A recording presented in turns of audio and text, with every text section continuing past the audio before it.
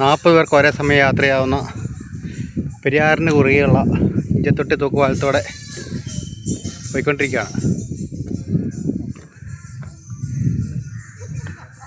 അതിവിശാലമായി ഒഴുകുന്ന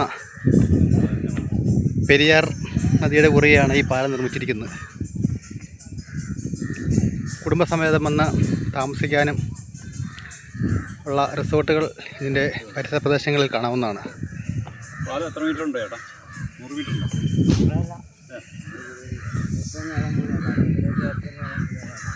ഈ തൂക്കുപാലം നമ്മളിപ്പോൾ നടക്കുമ്പോൾ കുലുങ്ങുന്നുണ്ട്,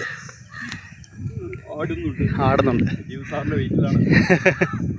സാധാരണ തൂക്കുപാലം എന്ന് പറഞ്ഞാലും ആട്ടമില്ലാത്ത തൂക്കുപാലം നമ്മൾ കാണാൻ കഴിയുന്നത്. പക്ഷേ ഈ തൂക്കുപാലം ആടുന്ന തൂക്കുപാലം തന്നെയാണ്.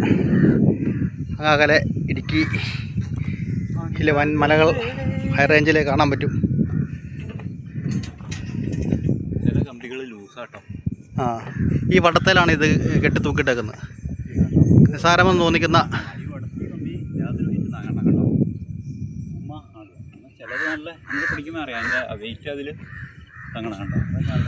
നിസ്സാരമായി തോന്നാവുന്ന ഈ വടത്തിലാണ് ഇത് ഉറപ്പിച്ചിരിക്കുന്നത്, കെട്ടി തൂക്കിയിട്ടേക്കുന്നത്. കണ്ടോ, ചെറിയ വടമാണത്.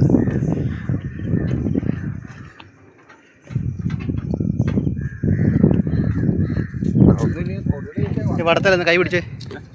കണ്ടോ, ഒരാളുടെ കൈക്ക് പിടിക്കാവുന്ന ഈ വടത്തിലാണ്, കൈ കൊണ്ട് പിടിക്കാവുന്ന ഈ വടത്തിലാണ് ഈ ഇത്ര വലിപ്പമേറിയ തൂക്കുപാലം.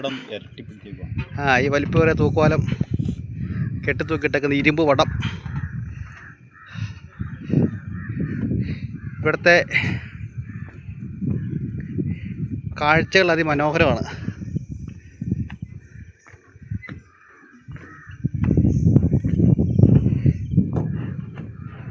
റബ്ബർ തോട്ടമാണെന്ന് തോന്നുന്നു ആ നിൽക്കുന്നതല്ലേ.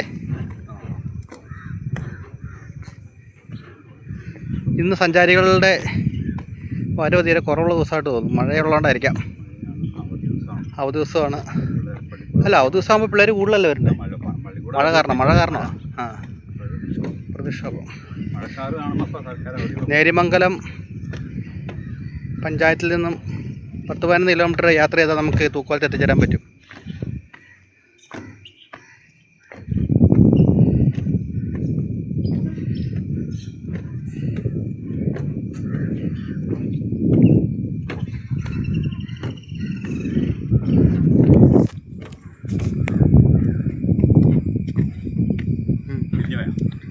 ഇല്ല, സെൽഫി.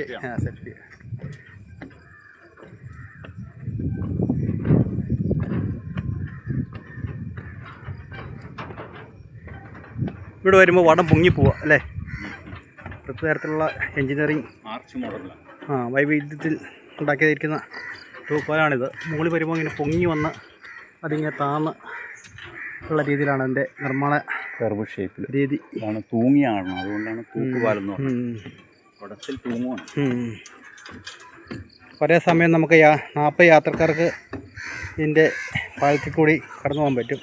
അതിൽ കൂടുതൽ ഭാരം കളക്ടർ നിരോധിച്ചിട്ടുണ്ട്. ഉണ്ടോ, നല്ല ഭംഗിയേറിയ പുൽമേടുകൾ നമുക്ക് കാണാൻ സാധിക്കും. പാർക്കിംഗ് ഏരിയയൊക്കെ ഉണ്ട്.